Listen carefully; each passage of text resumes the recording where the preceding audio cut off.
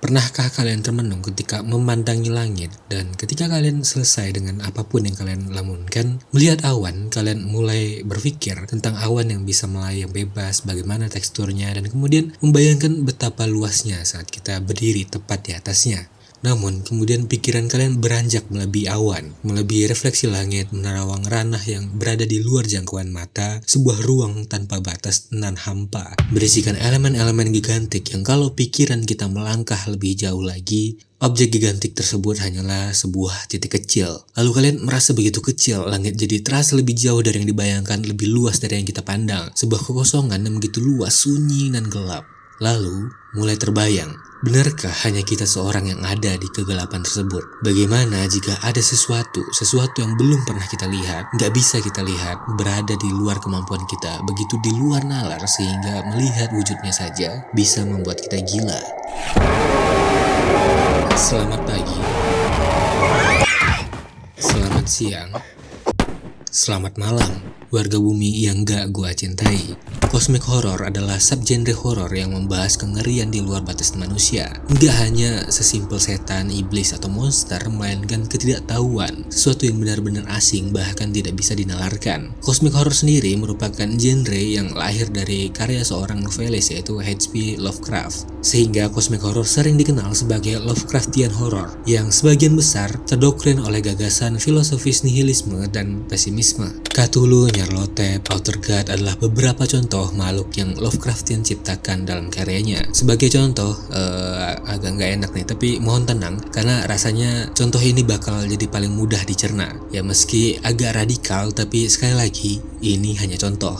Bayangkan Tuhan, namun bukan Tuhan yang memiliki wujud familiar, bukan Tuhan-Tuhan Nordik, Geek, Amaterasu, atau semacamnya. Ya, kalian harusnya paham maksud gua. Tuhan dari 3 agama Abrahamik. Nah, bayangkan Tuhan sebenarnya sama sekali nggak peduli dengan keberadaan manusia. Dan mungkin suatu saat nanti kita akan musnah seketika tanpa ada alasan khusus. Sesimpel hanya karena Tuhan ya pengen kita musnah. Dan nggak ada yang bisa kita lakukan, karena bahkan seseorang seperti Nabi Musa pun pingsan hanya dengan melihat sekelebat wujudnya. Cosmic horror nggak menakuti kita dengan wujud seram, kegelapan, sudut-sudut kosong, dan kesendirian. Akan tetapi dengan sadar kalau keberadaan kita begitu kecil dan nggak penting. Dan yang membuat kita terjaga di setiap malam bukan karena takut ada yang mengawasi di sudut ruangan, tapi perasaan gak nyaman seolah-olah terjebak di labirin untuk melogiskan hal yang begitu asing bagi kita, sehingga rasanya gatel tapi gak bisa digaruk. Nah, kalau dari penjelasan gue barusan rasanya lebih ke psychological horror, maka gue bakal jelasin nih gejala-gejalanya untuk jadi pembeda. Karena tadinya subgenre ini juga mau gue masukin di video fiksi ilmiah, tapi rasanya cosmic horror pantas buat punya videonya tersendiri. Cosmic horror memang biasanya bersinggungan dengan psychological horror. Akan tetapi, yang menjadi pembeda adalah kehadiran sosok yang kasta dan keberadaannya jauh berada di atas kita manusia. Atau bisa juga begitu asing sehingga sulit untuk dilawan secara logika, baik teknologi dan supranatural. Makhluk-makhluk ini membuat keberadaan kita kecil dan nggak signifikan. Sehingga biasanya di akhir cerita hanya ada 2 pessimistic outcome, antara si pemberontak kalah atau menang tapi mengalami kehilangan yang lebih besar.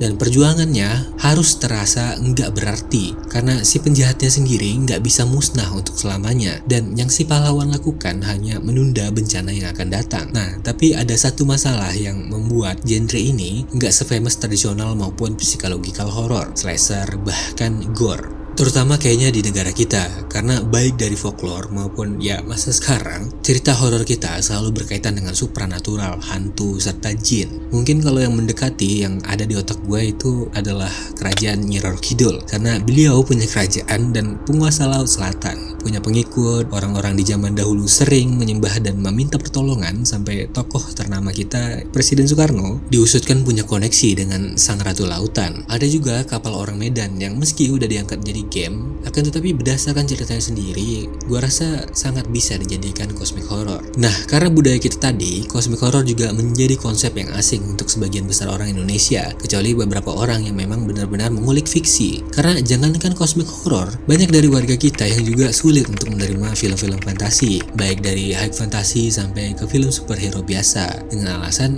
nggak masuk logika dan memang wajar-wajar aja, sebab banyak dari audiens yang mencoba mengeriletkan diri mereka dengan apa yang mereka konsumsi. Dan karena horor udah seperti budaya di lingkungan kita, penonton bisa lebih relate ke dalam film hantu daripada fantasi. Dengan alasan-alasan tadi, kita selalu menganggap monster bukanlah hal yang menyeramkan. Cosmic horror sendiri merupakan genre yang cukup sulit untuk divisualisasikan karena kita manusia hanya bisa membuat sesuatu yang pernah kita lihat maupun ada di dunia ini. Membaca karya H.P. Lovecraft, kehororan seringkali dideskripsikan dengan kalimat yang membuat sosok tersebut ambigu, membuat sulit dibayangkan, dan kita bertanya-tanya apa yang si karakter saksikan. Benar-benar mengaplikasikan keasingan, sesuatu yang ada di luar nalar kita. Akan tetapi ketika melihat makhluk dari adaptasi novelnya, maka yang kita lihat adalah monster yang masih bisa kita terima karena mereka hanya gabungan dari beberapa elemen seperti tentacle, cacing, taring, lendir, dan kemudian menjadi satu body horror. Bagian-bagian tersebut pernah kita lihat dan familiar sehingga enggak terlalu menimbulkan rasa takut, akan tetapi kekaguman, sesuatu yang dihasilkan dari ide keren. Oleh sebab itu, mayoritas film cosmic horror yang berhasil selalu mengandalkan atmosfer dan misteri yang menyelubungi cerita.